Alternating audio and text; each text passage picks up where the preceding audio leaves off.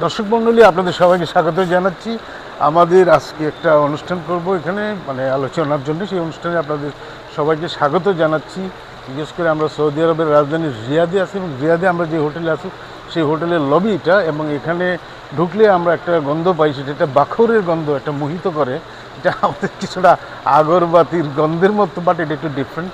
এবং এখানে একটা মানে সৌদি ফ্লেভার, যেটা ওদের মানে সবচেয়ে এই মানে মধ্যপ্রাচ্যের বা এই গালফের এলাকায় বাখর জিনিসটা খুব ট্রেডিশনাল। তো সেই গন্ধের মধ্যে, মোহিত গন্ধের একটা সুন্দর পরিবেশে, এবং আশেপাশেও দেখতে পাচ্ছি যে লবিতে কি সুন্দর একটা পরিবেশ।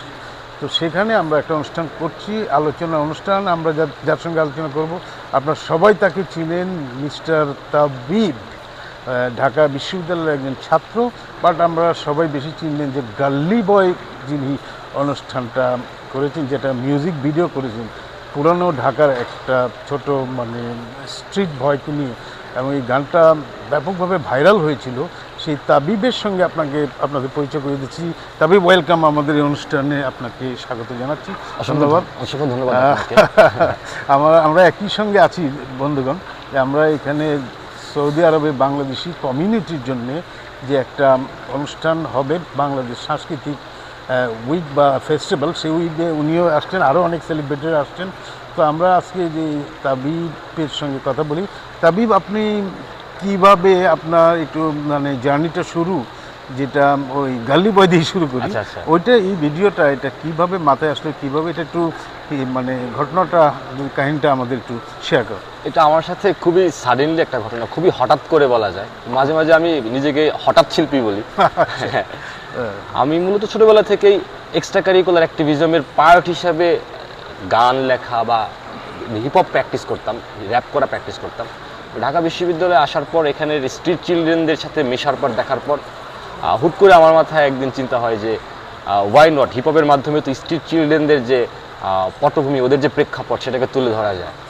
এমন একটা সময় আমার সাথে রানার দেখা হয়, এবং আমি দেখি যে না, এই ছেলেটার কণ্ঠ, সেই কণ্ঠে সেই শক্তি বা সেই মনোবল, দৃঢ়তা রয়েছে, যাকে নিয়ে আমি করতে পারি। খুবই হঠাৎ করে, উইদাউট এনি প্ল্যান, আমরা একটা গান করি, এবং সেই গানটা ম্যাসিভ আকারে সব জায়গায় ছড়ায় যায়। যদি বলা হয় এটা ভাইরালের যুগ, এটা ভাইরাল সবার কাছে পৌঁছে যায়।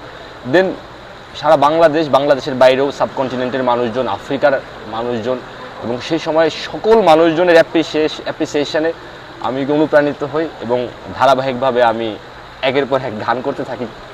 19 সাল, 20 সাল, 21 সাল, এই মাধ্যমেই হঠাৎ শিল্পী বনে যাওয়া। আচ্ছা, এই যে গাল্লি বয়, এটা কি পরিমাণ দর্শক দেখেছেন, আপনাদের কোনো আইডিয়া আছে? আমার ওইরকম আইডিয়া নেই। আই থিঙ্ক এটা মিলিয়ন্স, দেশ বিদেশের 2-3 কোটি মানুষ, যেটা হচ্ছে ইউটিউব বা ফেসবুক, বিভিন্ন সোশ্যাল মিডিয়ার মাধ্যমে এটা দেখেছে। এর বাইরেও দেখা যায় ব্লুটুথের মাধ্যমেও হয়েছে, কিন্তু এটা সাবকন্টিনেন্ট এবং আফ্রিকাতে খুব ভালোভাবে ছড়িয়েছে আর কি। এটা মানে র্যাপ গানের প্র্যাকটিসটা কি আপনার আগে থেকে ছিল, ছোটবেলা থেকে, নাকি এরকম সময় হঠাৎ? এটা আসলে আমাদের যে পাঠ্যবইয়ের যে কবিতাগুলো ছিল, যে রাশি রাশি ভাড়া ভাড়া ধান কাটা হলো সারা, ভরা নদী খুরু ধারা খড় পরশা, কাটিতে কাটিতে ধান এলো বর্ষা। তো এই কবিতাগুলো তো আমাদের পড়তে হইতো। আমাকে ইনফ্লুয়েন্স করতে হচ্ছে যে তুমি কবিতা মুখস্থ করে ফেলো, এগুলো লাগে জীবনে বিভিন্ন সময়।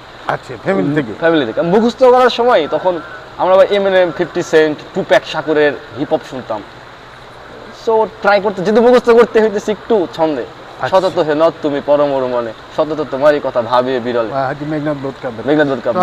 অনেক সুন্দর। কিন্তু আপনি এরপরে এই গাল্লি বইয়ের পরে কি আরো কি করেছেন? এটা বলতে 2019 সালে নাকি? 19 সালে। তারপর আমি মূলত 19, 20, 21 এই 3 বছর হিপহপ বা গান প্র্যাকটিস করেছি। যদিও আসলে আমার কাছে মানে আমি যেটা মনে করি, আমার আসলে লিখতে ভালো লাগে বেশি। আমি এর মধ্যে হচ্ছে লেখালেখিতে পরিপূর্ণভাবে ডুবি দেয়। এমনিতে এই 3 বছরে আর কি হিপহপের সঙ্গে আপনার হয়েছে? গাল্লি বইয়ের মতো হয়তো অন্যগুলি এতটা মানে তুলনা করলে আর কি, তুলনা যদি করি, গাল্লি বয় স্বামীর মধ্যে রোহিঙ্গাদের জন্য বেশ কিছু একটা গান করেছি, যেটা খুব ভালো একটা, ওই সময় রোহিঙ্গাদের জন্য একটা পজিটিভ ইম্প্যাক্ট ফেলেছিল। আমি একটা গান করেছিলাম, সেটা বলিউডের টি সিরিজ ডিজনি হটস্টারের সাথে একটা বিগ কোলাবোরেশন আমার হয়েছিল, এবং বলিউডেও আমার একটা গান যায়, চাপ নাই।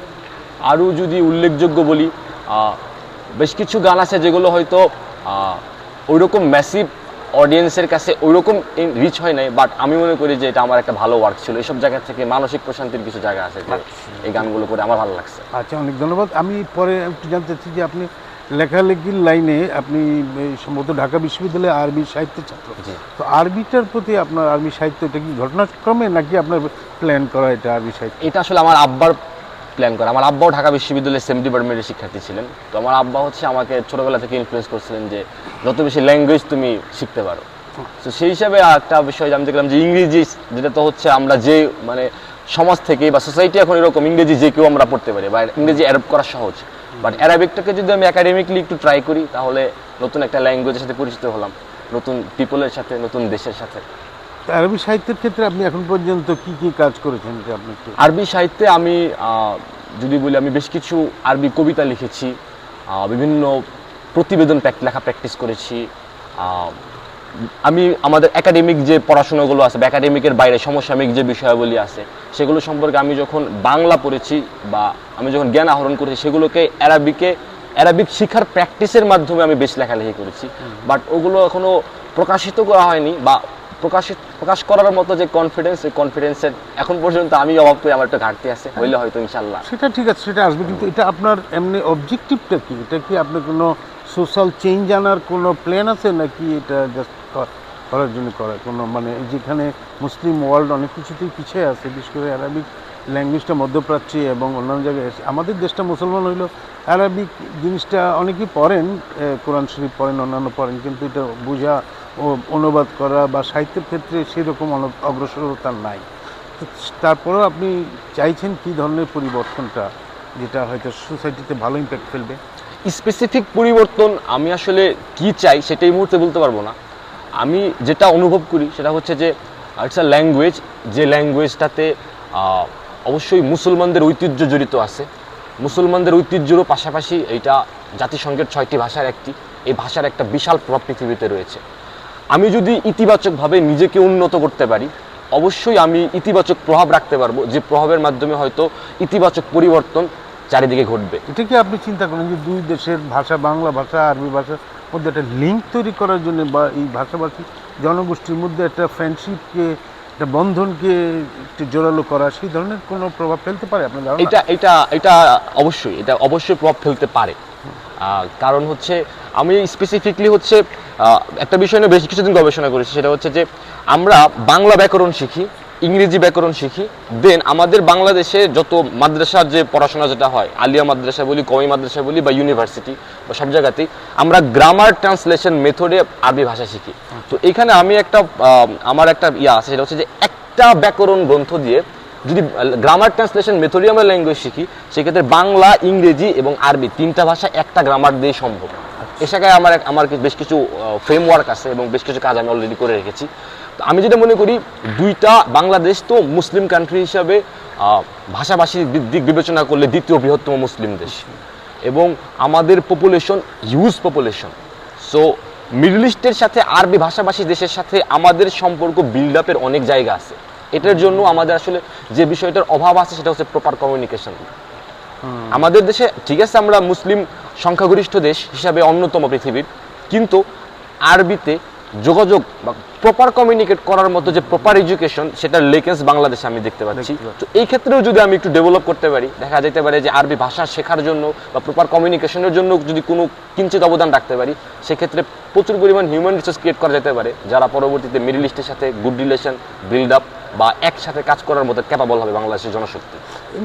এখন একটু অন্য একটা বিষয় আপনার কিছু আলোচনা করি, যে আমাদের দেশের একটা বিরাট জনগোষ্ঠী সৌদি আরবিয়া সহ গালফ দেশগুলিতে কর্মরত আছেন। তারা এখানকার মানে অনেক ধরনের আমি বলবো যে উন্নতি বা এতে অবদান রেখে চলেছেন। এটা এক্সেলেন্ট কাজ হচ্ছে এবং আমরা দেশটাকে উন্নতি করার জন্য আমরা যে একটা ডাইভার্সিফিকেশন করা, যে আমাদের দেশের মানুষ দেশেও কাজ করবে, বাইরেও কাজ করবে, বিশেষ করে মিডল ইস্টে কাজ করবে। তো সেই জায়গাটায় আপনার ওপিনিয়নটা কি? আপনি কি মনে করেন যে এই কর্মমুখী জনগোষ্ঠী আমাদের দেশের সঙ্গে একটা লিঙ্ক তৈরি করে মিউচুয়ালি বেনিফিট নেওয়ার কি এখানে একটা অনেক কাজ করার জায়গা আছে। স্পেসিফিক যদি আমি যেহেতু সৌদিতে আছে, আমি সৌদির উদাহরণই বলি। সৌদিতে প্রায় 20 থেকে 30 লক্ষ প্রবাসী বাংলাদেশি আছে এবং হিউজ রেমিটেন্স আমাদের দেশে যাচ্ছে। এখন এই যে 20 থেকে 30 লক্ষ প্রবাসী, এরা এইখানে এরা কি কাজে আসে? এরা বেসিক্যালি খুবই নিম্ন কাজে আসে, মানে যেটা একদম যেটা সৌদিয়ানরা করে না সেই কাজ বাংলাদেশি পিপল আসে। কিন্তু এই সৌদি আরবে আমরা চাইলে বিভিন্ন সেক্টরে বিভিন্ন জায়গায় আমরা ক্যাপাবল লোকদের পাঠাতে পারি, যারা লাইক দ্যাট, যদি একদম বাংলা ভাষায় বলি সুইপার হবে না, যারা জাস্ট এখানে পলিসি মেক করবে এবং সৌদির যে বিভিন্ন গুরুত্বপূর্ণ কোম্পানির যে গ্রোথ বা কোম্পানি স্টার্ট আপের যে গ্রোথ, সেই গ্রোথে তারা এমপ্লয়ি হিসাবে গুরুত্বপূর্ণ অবদান রাখবে। এরকম হিউম্যান রিসোর্স আমাদের বাংলাদেশের পক্ষে ক্রিয়েট করা পসিবল, বাট এটা হয়তো কয়েকটা সেক্টরে প্রবলেমের কারণে আমরা পারতেছি না। লাইক দ্যাট আমরা বাংলাদেশে যে ট্রেন্ডটা ঘুরে সেটা হচ্ছে যে ওইখানে কোনো মতে বিশেষ করে গ্রাম অঞ্চলের মানুষজন সৌদি আরবে আসতে চায়, আসলো একটা জব করলো, তাদের লাইফটা একটু উন্নত করলো। সেক্ষেত্রে আমাদের এখানে যে ইয়াং জেনারেশন যারা আছে বিভিন্ন ইউনিভার্সিটিতে, বিশাল বেকারত্বের সমস্যা। এরা যদি এই সেক্টরটাকে একটু অপরচুনিটি হিসাবে দেখে এবং একটা ল্যাঙ্গুয়েজ আমি শিখছি, আমি মনে করি একটা ল্যাঙ্গুয়েজ শেখা আর একটা কম্পিউটার একটা স্কিল শেখা এই সেম জিনিস। 3-4 মান্থ 5 মাস 6 মাস বিশ্ববিদ্যালয়ের শিক্ষার্থী চাইলে একটা ল্যাঙ্গুয়েজ শিখতে পারে। আমাদের বিশ্ববিদ্যালয় অ্যানথ্রোপোলজির উপর, সাইকোলজির উপর শত শত ডিপার্টমেন্টের শত শত মেধাবী শিক্ষার্থী আছে। অ্যানথ্রোপোলজির কাজে আমরা এখানে করতে পারি, জাস্ট আমি নিজে একজন অ্যানথ্রোপোলজিতে লেখাপড়া করেছি। তো দর্শক মণ্ডলী, আমরা এরকম সিরিয়াস আলোচনা, এরকম এন্টারটেইনমেন্ট খুব বেশি করতে চাই না। আমরা আজকে আলোচনাটা আপাতত এখানেই র্যাপ আপ করবো। আমরা তাবিবের কণ্ঠে সেই গাল্লি বইয়ের কিছু গানের অংশ শুনে তারপরে আমরা আপনাদের কাছ থেকে বিদায় নেব। তবে আপনারা সবাই ভালো থাকেন, সুস্থ থাকেন। বিশেষ করে সৌদি আরব এবং বাংলাদেশের যে ভ্রাতৃপ্রতিম সম্পর্ক, দুই দেশের জনগণের মধ্যে যে বন্ধন, সেই বন্ধনটা ধর্মীয় বন্ধন, কর্মসংস্থানের বন্ধন, এবং এটা একটা দুই দেশের মধ্যে একটা সোনালী যে মানে সহযোগিতার সম্পর্ককে আরও দিনের পর দিন জোরালো করবে, সেই প্রত্যাশা রেখে আপনাদের কাছে বিদায় নিচ্ছি। তাবিদ, একটু গাল্লি বয় থেকে গালি বয় মানে বিনোদন করি বলি, গালি বয় না বলি, যেহেতু সৌদি আরবে আছে। আমি সৌদি একজন বিখ্যাত কবি ইলিয়া আবু মাদি, তার একটা কবিতাই বলতে চাই এই মুহূর্তে। কবিতাটা হচ্ছে এরকম: আইয়ুহা শাকি ওমা বিকাদা কাইফা তাকদু ইযা গাদাউতা আলিলা ইন্না শাররাল জুনাত ফিল আরদি নাফস তাতাওয়াক্কা ক্বাবলা আর রাহিলা وترى الشوك في الورود وتعمى أن ترى فوقها النادى يقليلا هو عبء على الحياة ثقيل ما يظن الحياة عبا ثقيلا والذي نفسه بغير جمال لا يرى في الوجود شيئا جميلا। যার হৃদয় সুন্দর না, সে পৃথিবীর অস্তিত্বের কোনো কিছু সুন্দর দেখে না। এটা আমার কথা নয়, ইলিয়া আবু মাদি, একজন বিখ্যাত আরবি কবির কথা।